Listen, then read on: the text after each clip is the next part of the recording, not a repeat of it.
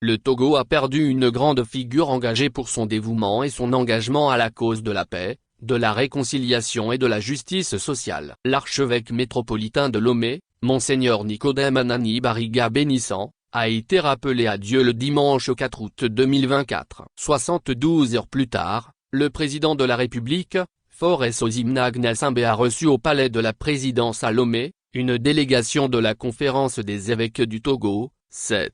La délégation, conduite par son président, Monseigneur Benoît Talonou, a porté au chef de l'État, l'annonce officielle du décès de l'ancien président de la Commission Vérité Justice et Réconciliation, CVJR, de mai 2009 à avril 2012. À l'occasion, le chef de l'État a adressé ses sincères condoléances ainsi que celles du gouvernement, à la conférence des évêques du Togo, au clergé, à la famille du défunt, ainsi qu'à l'ensemble des fidèles catholiques. Il a en outre rassuré la CET de sa disponibilité pour l'organisation d'obsèques dignes de l'illustre défunt. Face à la mort, toutes les adversités se taisent, dit-on. La célérité avec laquelle l'audience a été accordée à la conférence des évêques du Togo est fort appréciable quand bien même cela rentre dans les missions républicaines de la fonction présidentielle. Et cela ne doit pas être à géométrie variable. Malheureusement dans une gouvernance hors sol, on en enregistre au Togo. C'est bien contrastant que les portes du palais présidentiel ont été ouvertes aussi rapidement aux évêques endeuillés alors que 5 mois plus tôt,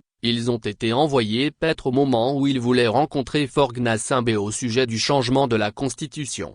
Au terme de nos échanges, 21 mars, nous avons jugé opportun de demander une urgente audience auprès de son Excellence Monsieur le Président de la République pour lui faire part de nos questionnements et réserves. Ceux-ci portent essentiellement sur 3 points, à savoir, l'opportunité ou non de faire cette modification, l'opportunité ou non du moment choisi, la procédure adoptée. Alors que nous attendions impatiemment la réponse à notre demande d'audience adressée au président de la République, nous venons d'apprendre ce matin, avec grand étonnement, que l'Assemblée nationale a adopté la modification de la Constitution pour faire passer le Togo d'un régime semi-présidentiel à un régime parlementaire ce 25 mars 2024 a observé la CET dans un communiqué avant d'exhorter M. Gnassingbé à surseoir à la promulgation de la nouvelle Constitution. Mais que nenni. La promulgation de la fameuse Constitution a été faite le 6 mai 2024. Pour un sujet aussi crucial qui engage la vie de la nation, le successeur d'Eyadema qui s'est pourtant beaucoup appuyé sur l'Église catholique pour couvrir son accession sanglante au pouvoir en 2005,